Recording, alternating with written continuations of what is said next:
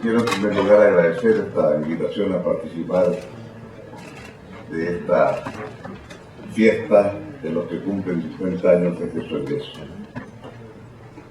Creo que todos hemos llegado acá con un sentimiento de gratitud a lo que recibimos, a lo que se nos entregó. Pero si hemos también de hacer una celebración con franqueza, yo diría que es una gratitud por lo que recibimos, pero también por una preocupación por el presente.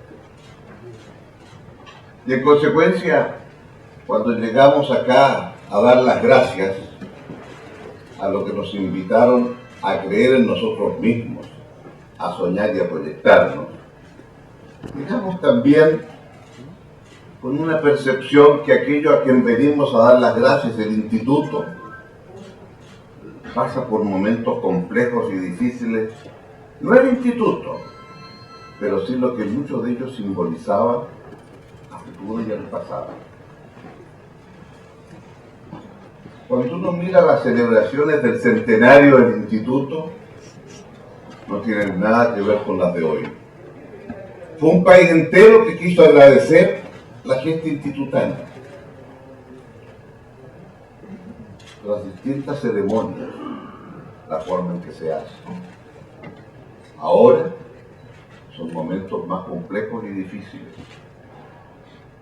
Nadie se atreve a hacer una celebración en el instituto mismo, capaz de tomado.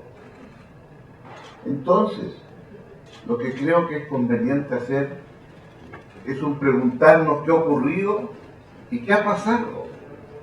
¿Y por qué entonces hoy tenemos una sensación de dar las gracias, pero nos gustaría saber que en 50 o 100 años más se van a seguir dando las gracias a los valores, a la forma como nos enraizamos en nuestro pasado? Es cierto, en 100 años, en 50 años, los cambios son muchos. Comencemos por decir que desde ese Chile que en 1913 aún no tenía educación gratuita, laica y obligatoria, porque aún se debatía en el Parlamento de Chile. No fue sino en 1920 cuando se habló de una educación de 4 años, de 6 con el general Ibáñez en el 20 y tantos, de 8 con Eduardo Frei Montalva, que ahora pasó un comercial, de 12 años en 2003. Pero entonces, cuando se plantea la posibilidad en Chile que educación obligatoria durante 12 años, es un otro Chile. Y claro, los del 54 cuando egresé, no creo que teníamos una cobertura mayor que al 25 o 30% de aquellos de mi edad que tenían el privilegio de egresar de enseñanza media. Y que por cierto era enseñanza media porque era la enseñanza entre la básica y la universidad. Y entonces el cambio es muy fuerte cuando ahora hay una masificación y donde el desafío educacional era cobertura. Presidente tras presidente va anunciando en su mensaje cuántas escuelas se construyeron y cuántos nuevos jóvenes hay. El desarrollo educacional del siglo XX es cobertura. Y al final del siglo XX descubrimos que el desarrollo del siglo XXI es calidad en la cobertura. Y descubrimos entonces que no es lo mismo un instituto nacional que fije estándares que el modesto liceo de una localidad aislada. Y descubrimos entonces también que hay una correlación muy estrecha entre el rendimiento estudiantil y el nivel educacional de los padres, en buena hora. Pero eso entonces obliga que si queremos tener alguna forma de un rendimiento educacional de alto estándar, hay que dar más donde hay menos. Hay que dar más posibilidades donde hay más carencias. Y esto entonces plantea una otra forma de mirar el sistema educacional. Y creo que lo que hoy aquí estamos es entonces con gratitud a lo que recibimos y con preocupación por esos estándares del Instituto Nacional, que sabemos que es muy difícil poderlos hacer extensivos a todos, pero ese debe ser el sueño permanente de un país. Porque si había algo que el Instituto nos inculcó, sin buscarlo, pero por el solo hecho, a lo mejor, de cruzar esos muros tan gruesos y centenarios como los que nosotros cruzamos, y que hoy aprendí que ustedes fueron los últimos en cruzar. A lo mejor allí, lo que había en el fondo era la percepción de ingresar al primer foco de luz de la nación, que no era una fase de la canción, era una convicción que pertenecíamos a un núcleo especial. Por tanto, ¿cómo se logra en un sistema educacional que hemos aprendido que es la esencia para que un país pueda desarrollar a plenitud todas sus posibilidades? Y ello entonces es lo que me parece tan importante. Pero también en un sistema educacional que, como decías, se decía en aquellos tiempos, queremos que la educación sea gratuita, laica y obligatoria. Y lo de laica, se dan cuenta que ha ido quedando atrás. El laicismo hoy día no existe prácticamente como un planteamiento. En circunstancias que yo diría que el laicismo es esencial para entender un sistema educacional abierto, plural y libre. ¿Por qué? Porque el laicismo simplemente es la forma de intentar abordar los grandes temas que tienen una explicación, pero que no necesariamente necesita recurrir a Dios. Sí, yo sé, el laicismo es una parte de la explicación. Hay otros que se declaran laicistas, que son aquellos que combaten la existencia de Dios. El laicismo real, lo único que plantea es una pluralidad de opciones, y en donde la religión A, B, C, bienvenida sea como parte de la decisión individual, pero que desde el punto de vista de un sistema educacional público tiene que generar las posibilidades y las opciones más amplias sin casarse con ninguna. ¿Por qué lo digo? Porque en el Instituto Nacional al cual fui, cuando me matricularon en Primera Humanidades, el año 49, mi familia no sabía que eso existía. Me preguntaron, ¿de clases de religión? Exímalo. Y me eximieron de la clase de religión. Y llegó el profesor de religión a hacernos clase y dijo, señor Lago, sí soy yo. Salvo, usted está eximido. Y salí a la sala, al patio de la Paulonia, sin saber a dónde ir. Porque nadie me había dicho esta situación tan insólita. Un inspector me dijo, ¿y tú por qué no estás en la clase? Entonces le dije, me eximieron. ¿Cómo me eximieron? Y expliqué, entonces a la biblioteca. Y ahí inicié, tenía 11 años, las relaciones del conocimiento con Ernesto Boero.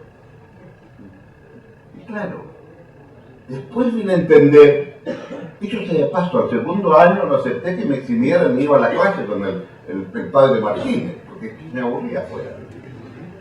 Pero después entendí lo que era el concepto de una educación laica, en el sentido de decir, no queremos enseñarle nada. Ahora, si usted quiere ir a clase de religión católica, pues vaya, en buena hora.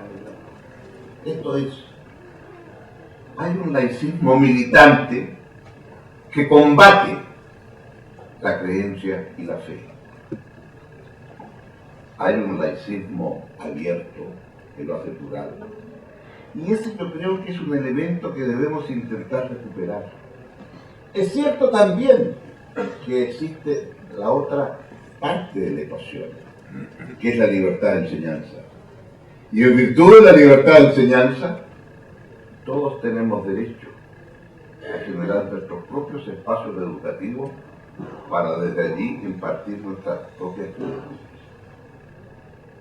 Y por lo tanto creo que la existencia de un sistema público y un sistema privado tienen que coexistir, porque el sistema privado está en la libertad que tiene el ser humano de querer también tener sus propias instancias educativas y sus propios proyectos educativos.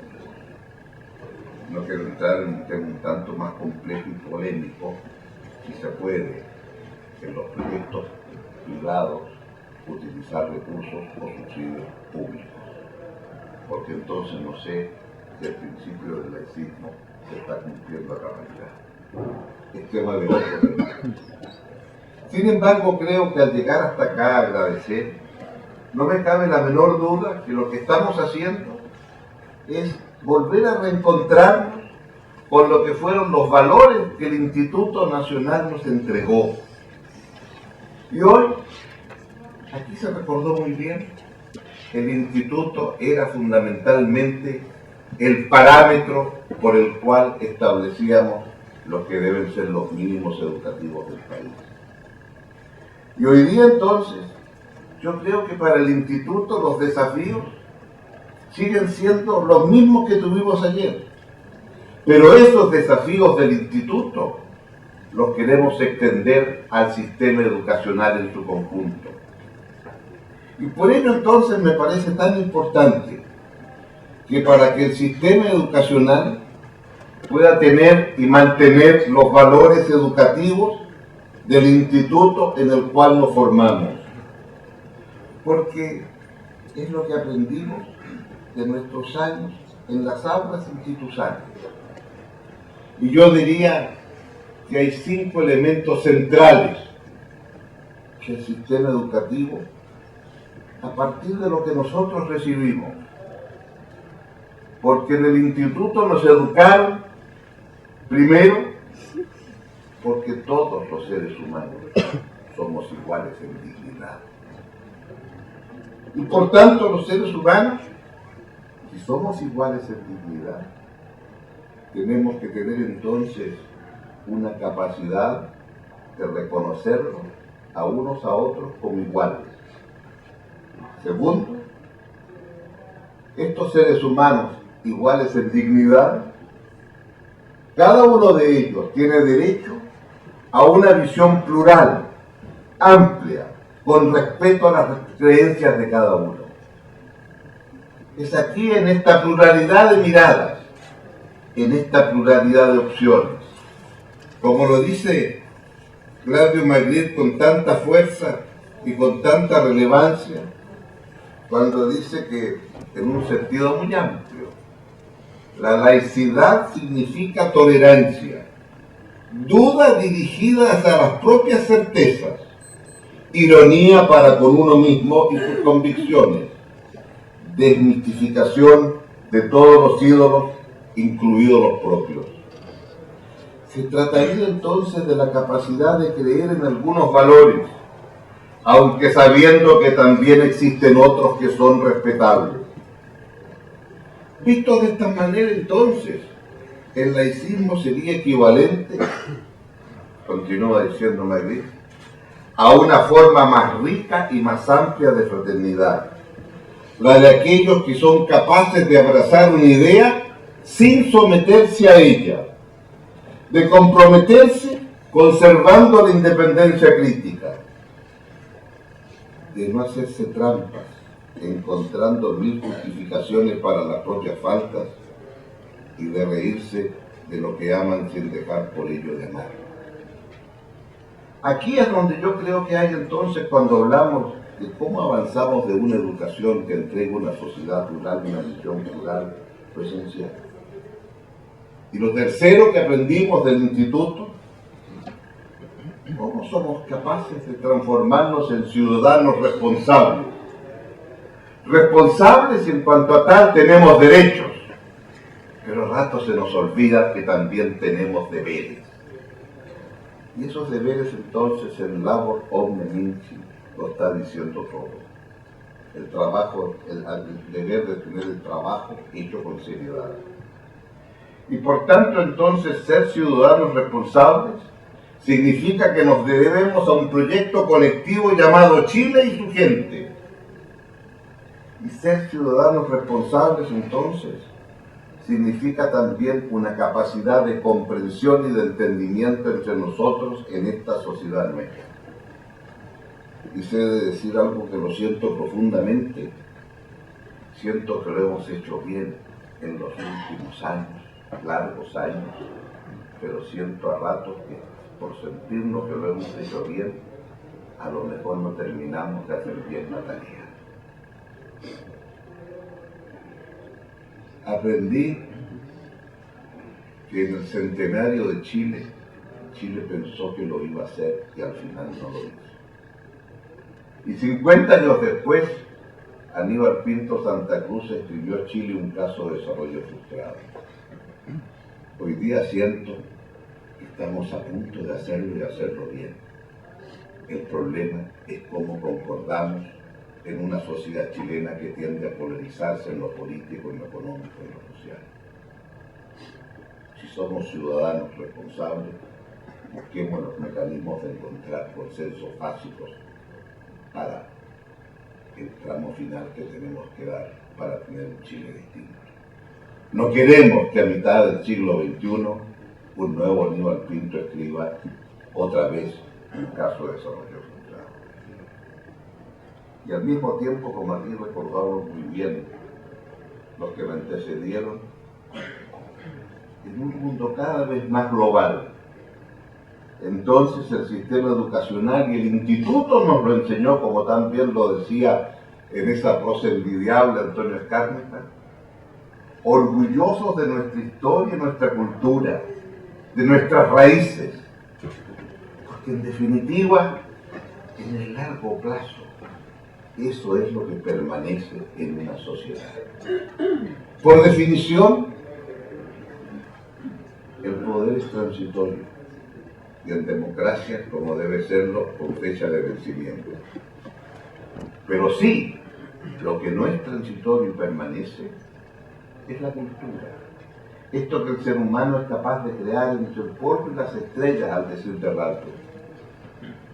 Si usted dice quiénes son los grandes del siglo XX en Chile,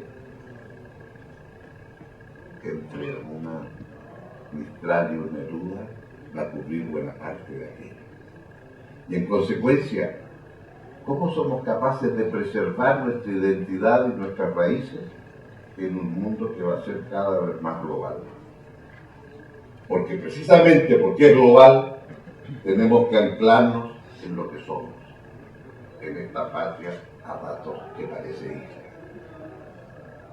A modo de conclusión que quisiera decir y transmitirles a ustedes, agradeciendo esta posibilidad de expresarme por motivo de estos 200 años del Instituto. Siento que los valores que se han generado en la vida de cada uno de nosotros son valores que en buena medida nacen en el Instituto Nacional, en tus profesores, en tus aulas, en tu ambiente, en el ambiente que allí se respiraba. Por ello entonces, quiero compartir algo personal con ustedes esta noche. Cuando me dirigí a inscribir mi candidatura a presidente de Chile, pensé que la forma de hacerlo más auténtica era partir caminando del Instituto Nacional a inscribirme. Que era una forma de decir gracias por lo que recibí, pero también porque uno entiende que esa que yo entiendo que es la menos humilde de las profesiones, la del que se dedica a la actividad pública, porque en el fondo es darle diciendo a los otros, pido que me des tu confianza porque creo saber lo que hay que hacer para el futuro. Creo que hay que tener una fuerte convicción y creérsela para tener esa actividad tan poco humilde. Pero sí creo que, claro está, si se aspira a ello, tiene que ser porque hay valores muy profundos. Y yo sentí en ese momento que esos valores habían nacido allí, de mis compañeros.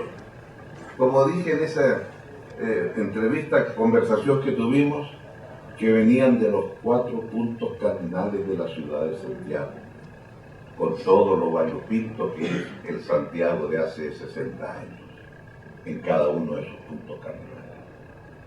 Y me temo que a ratos, grandes segmentos del sistema educativo de hoy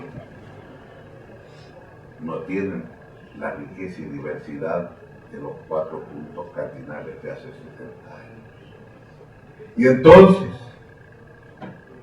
aquellos que no tienen esa riqueza y diversidad que tuvimos nosotros, los que estuvimos en el instituto, porque eso es el instituto de nuestro camino, ¿en qué medida van a salir también con valores que todos somos iguales en dignidad? Es aquí donde veo entonces que tenemos desafíos muy grandes y en donde sigo pensando que el verdadero rol del instituto, como la institución pública por excelencia, seguirá siendo entonces el parámetro al cual queremos que nuestra educación pueda alcanzar.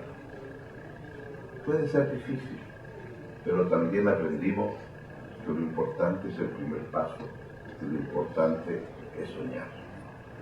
Soñar con los pies en la tierra, en lo que es viable, pero al mismo tiempo auténticos con los valores que tuvimos. Por eso estamos acá. Y por eso creo que agradecemos a la generación del 63. Y cuando venía acá entonces dije, vaya, el que nos invite a Darío Calderón. Y he descubierto entonces que él fue presidente del Centro de Alumnos del Instituto Nacional y ahora es expresidente, igual que yo. Colega, bienvenido. Muchas gracias.